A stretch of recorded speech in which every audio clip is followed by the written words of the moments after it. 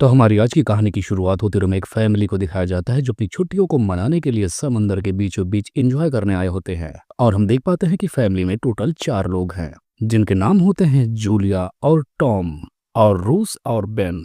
अब अगले सीन में हम देखते हैं कि जूलिया समंदर में छलांग लगाती है। अब वो तैर रही होती है, तभी वो लहरों के बीच फंस जाती है। तब तक टॉम उसे देख लेता है, जिसके बाद टॉम फौरन उसे बचाने के लिए निकल पड़ता है और उसे बचाकर जब लेकर आता है तो जूलिया कहती है कि उसे कुछ समझ में नहीं आया। वो बता रही होती है कि वो समझ नहीं पाई कि वो आखिर लहरों में फंस कैसे गई। अब रात का टाइम होता है, जहां पर शिप से पूरी फैमिली व्हेल मछली की तलाश में निकल रहे होते हैं ताकि वो व्हेल मछली का नजारा देख सके। तभी इन्हें लगता है कि कोई मछली इनकी जहाज से जोर से टकरा गई है, जिसको देखने के लिए टॉम नीचे जाता है, ये पता करने के लिए कहीं उनके शिप को कुछ नुकसान तो नहीं हुआ। लेकिन इसी दौरान एक व्हेल टॉम पर अटैक करती है, जिसके चलते उसके कंधे पर एक जोरदार जख्म आ जाता है। फिर ये लोग देखते हैं कि आसमान से कोई चीज नीचे की तरफ गिर रही होती है। टॉम बताता है सबको कि ये सैटेलाइट्स हैं जो गिर रही है। अब ऐसा नजारा देखने के बाद टॉम जल्दी से अपनी शिप को स्टार्ट करता है और वहां से फौरन निकलने का फैसला करता है। लेकिन ऐसा करने के चक्कर में उसकी शिप खराब हो जाती है और तभी अचानक से समंदर के अंदर जोरदार तूफान आने लगता है। अब ये लोग पूरी रात इस भयानक तूफान का सामना करते हैं और सुबह होने के बाद सब बाहर निकलते हैं।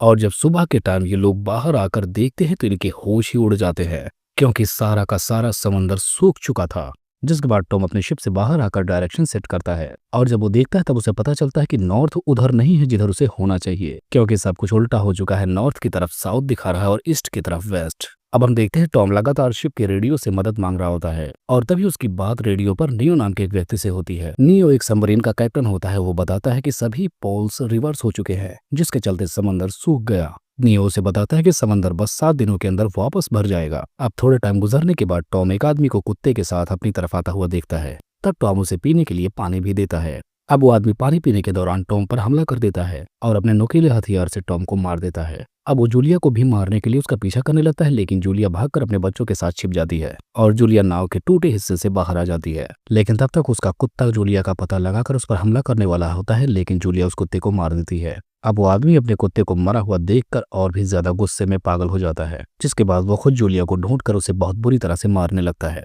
तब तक जेसी उस आदमी को गोली मार देती है, जिसके चलते उसे चोट लग जाती है। जिसके बाद जूलिया अपने बच्चे को लेकर वहां से भाग जाती है, लेकिन वो आदमी अभी भी जख्मी था, लेकिन उनका पीछा कर रहा था। जूलिया एसी और बेन न्यूयॉर्क के पास जाना चाहते थे, लेकिन तभी बेन की हालत काफी ज्यादा खराब हो जाती है और उनके पास पीने का पानी भी नहीं था। अब रास्ते में चलते चलते उन्हें एक टूटा फूटा एरोप्लेन मिलता है, जिसके बाद तीनों उसके अंदर घुस जाते हैं। अब आधी रात होने के बाद जैसे एरोप्लेन से बाहर निकलती है, वो देखती है कि वो आदमी वहीं पर है और वो फौरन एसी पर हमला कर देता है। लेकिन इस बार जूलिया जब बाहर आती है तो वो उस आदमी को मार ही डालती है। अब सुबह होते ही जूलिया एसी और बेन अपने सफर पर जारी रखते हैं। अब आगे चलने के बाद इनके पीछे बहुत ही बड़ी बड़ी मक्खियां की जान के पीछे पड़ जाती हैं, जिसके चलते ये लोग भागते हुए ग्रुप के लोगों से मदद मांगते हैं, लेकिन वो लोग भी उनकी मदद नहीं करते और अपने कंटेनर्स के अंदर चले जाते हैं। जिसके बाद ये तीनों भी अपनी जान बचाने के लिए कंटेनर्स के ऊपर चढ़ जाते हैं, लेकिन कंटेनर के टूटे हिस्से से वो मकड़ियां ऊपर चढ़ने लगती है और यहाँ के मौजूद बहुत सारे लोगों को खा जाती हैं। जिसके बाद जूलिया और एसी बेन नीचे उतरकर उनकी गन्स को ले लेते हैं और उनके रेडियो फोन से नियो को कॉल करते हैं। यहाँ पर नियो तब बताता है कि समंदर कुछ ही घंटों में वापस आने वाला है। तब जूलिया कहती है कि हमें तुम्हारी लोकेशन का पता नहीं है।